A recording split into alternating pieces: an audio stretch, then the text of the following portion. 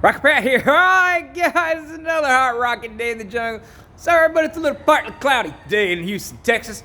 And today is Thursday, and that is the last customer pay job I got to do this week. All I got to do is throw me a couple of sway bar links on it so it don't go making a rattling noise. And I'll get that taken care of, and I am done for the weekend, and we are going to work on Johnny. Let's go see what's going on here.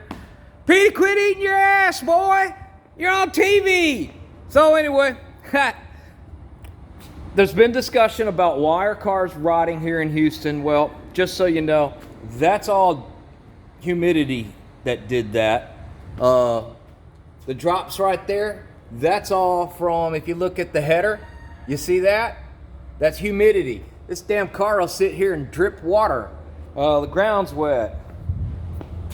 Humidity from this morning. But anyway, that's not what we're here to talk about. We're here to talk about bedtime with Johnny. So, all credit to this whole operation here on fixing this bed goes to Fitzy Fabrication. He did a video about 4 or 5 months ago. I knew this was coming down the road. I watched that video, and we're going to implement his recipe for repairing the old said bed floor. Now, there was a comment made about maybe doing a wood floor, and I did think about that at first, because sitting right up there underneath that metalwork art is a complete floor for a 47 Chevy truck, and I could have put that in there, but I'm hell-bent for leather right now, brothers. Hell-bent for leather.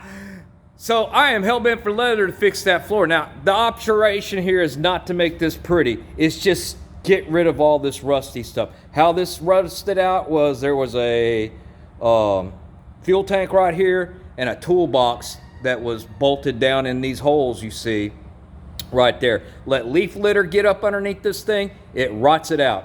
Just the way it is. It's not salt up down here. It's not even the Gulf Coast. It's just the humidity, and you let all those pine tree leaves get up in there, and they just hold the humidity, and it just rots the stuff out. Plus, throw in the fact that I get the stuff for free, and yeah, there we go. All right, I'm getting a little long-winded here. Let's get to the main root of this whole problem here. So as you can see, I have cut a piece of the floor out of this thing. This is gonna be our template. Let's go over here and let me show you what I've done to the brake. I welded on that big piece right there that we talked about. I went over here and I ground it out so that washer sits flat onto the deal. I also made a shim so that these don't want to twist. The other thing I did was I welded on a piece right here so I can make a stop so that this can only go so far every time that I need to go. I still need to do a little adjusting on that. Once I make my first bend, I'll start being able to get the adjustment down. So let's take a look at what we're doing over here. How I'm going to be able to rinse and repeat and rinse and repeat and rinse and repeat is because I'm going to make myself a template.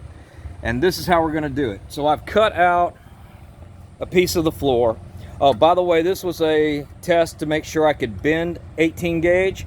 And that was just using a pair of calipers to kind of mark this thing. And I think I did pretty good on this low. I got my angles right on here, but I was a little wide on this high. And this is why we're going to make this template right here. So what we're going to do is I'm going to slice all the lows here, okay? We're going to put a little slice right in there on every one of the lows. Once I get the slice in the lows, then I'm going to flip it over and we're going to slice the lows from the other side again, okay? So that's what we're doing right now, is get our slice on. The reason why I'm doing this is going to give me a template for what I need to do.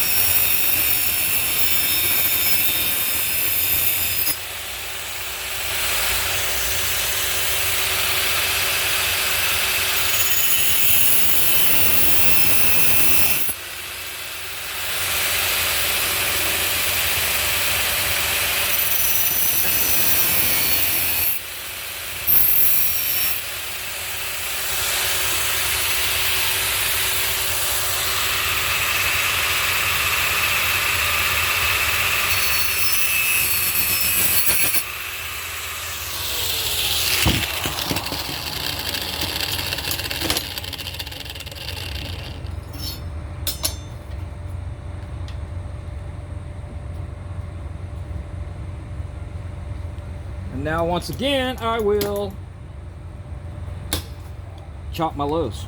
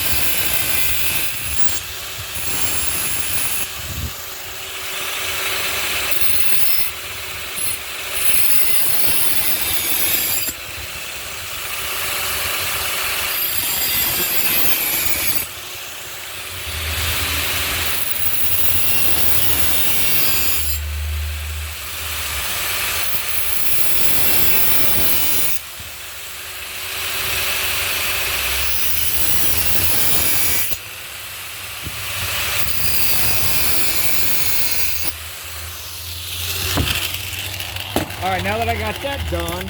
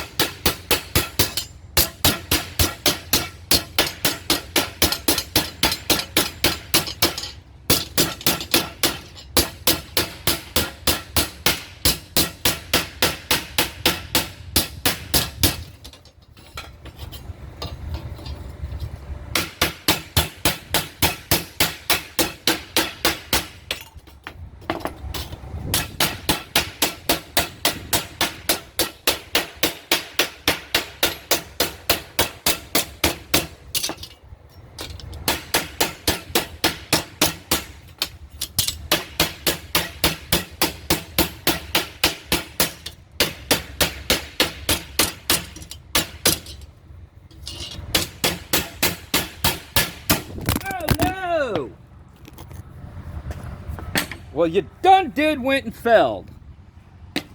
See what happens when you're hammering too hard. All right, let's see what happened here. Are y'all all right? I don't need anybody to file any claims against me. I don't know if my insurance is good for that.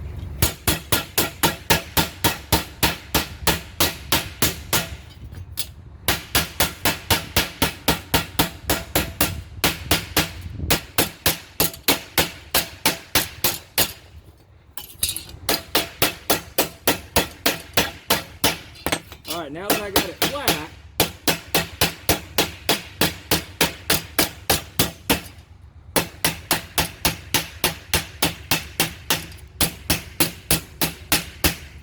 with all the little notches, man, I'm sorry I dropped you guys. I feel really bad. No, you sure nobody got hurt? Because I'd really feel bad if you got hurt, man. All right, so now what I can do, let's see if we can get this back in focus. Rescue me. All right, now what I have is a grid to go by. And I guess it doesn't really matter which side I start on, just as long as I stay the same side all the time. Okay? And now I can clamp this down.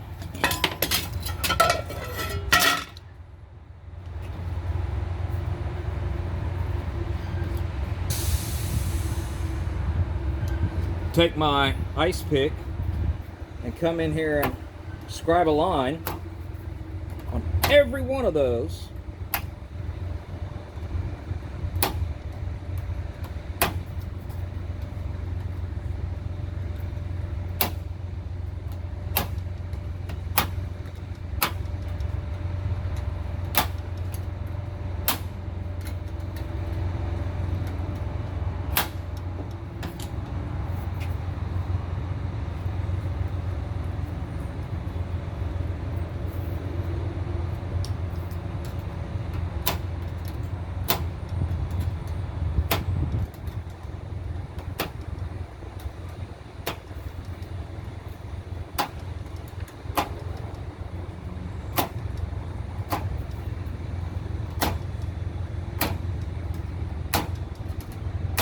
And now,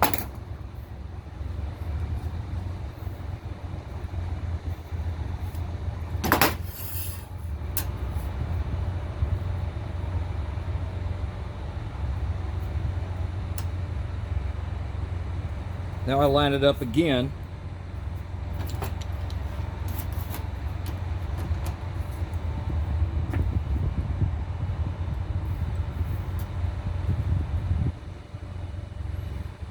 Sure I get it good and lined up.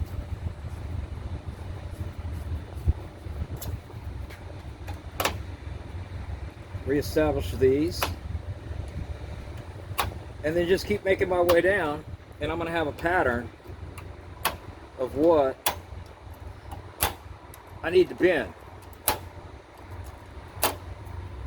And then I'll flip it for the other side and make another set of scribe lines.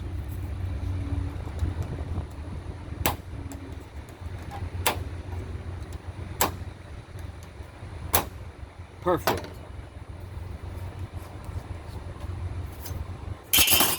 So now, let's see if you can see it. You can see I know where I have to scribe or bend because I made a pattern.